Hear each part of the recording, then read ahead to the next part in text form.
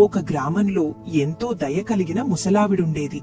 ఆమె ఒంటరిగా ఉన్నా, జీవితంలో ఎన్నో కష్టాలు చూసినా ఎప్పుడూ నవ్వుతూ అందరితో ప్రేమగా ఉండేది.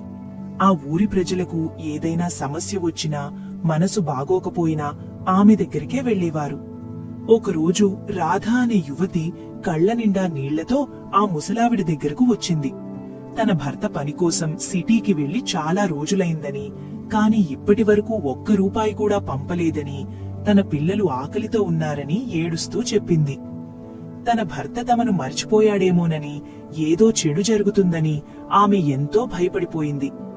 అప్పుడా ముసలావిడ చిరునవ్వుతో రాధను దగ్గరకు తీసుకుని, పిచ్చిదానా, మనం చెడు ఆలోచనలు చేస్తే మనకు మరింత భయం, బలహీనత కలుగుతాయి.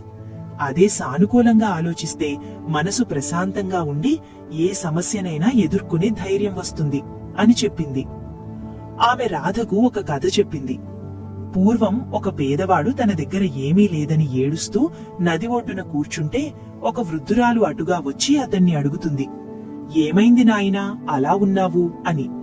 అప్పుడతను, నా దగ్గర ఏమీ లేవు, డబ్బు లేదు, చదువు లేదు, తల్లిదండ్రులు కూడా లేరు అలా అంటూ అతను బాధపడతాడు.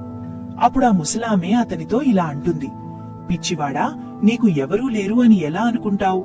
పారుతున్న ఈ నది నీదే, ఊగుతున్న ఆ చెట్లు నీవే, నడుస్తున్న ఈ నేల మొత్తం నీదే, సూర్యచంద్రులు నీవాళ్లే, ఇవన్నీ నీవే. లేని వాటి కోసం బాధపడటం మానేసి ఉన్నవాటిలో సంతోషాన్ని వెతుక్కో, నీ జీవితం హాయిగా ఉంటుంది.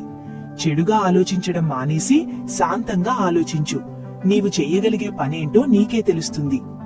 ఆ మాటలతో ఆ వ్యక్తి తన ఆలోచనా విధానాన్ని మార్చుకుని జీవితంలో శాంతిని పొందాడు.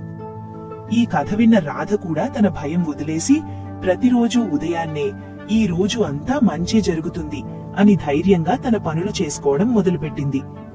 ఆమె ఆశతో ఎదురుచూస్తున్నట్టే కొన్ని వారాల తర్వాత తన భర్త దగ్గర నుండి ఉత్తరం, డబ్బులు అందాయి. తన భర్తకు అక్కడ మంచి ఉద్యోగం దొరికిందని తెలిసి ఆమె ఎంతో సంతోషపడింది. సమస్యలు ఎదురైనప్పుడు కుంగిపోకుండా సానుకూల దృక్పథంతో ఉంటే ఎంతటి కష్టాన్నైనా దాటవచ్చు.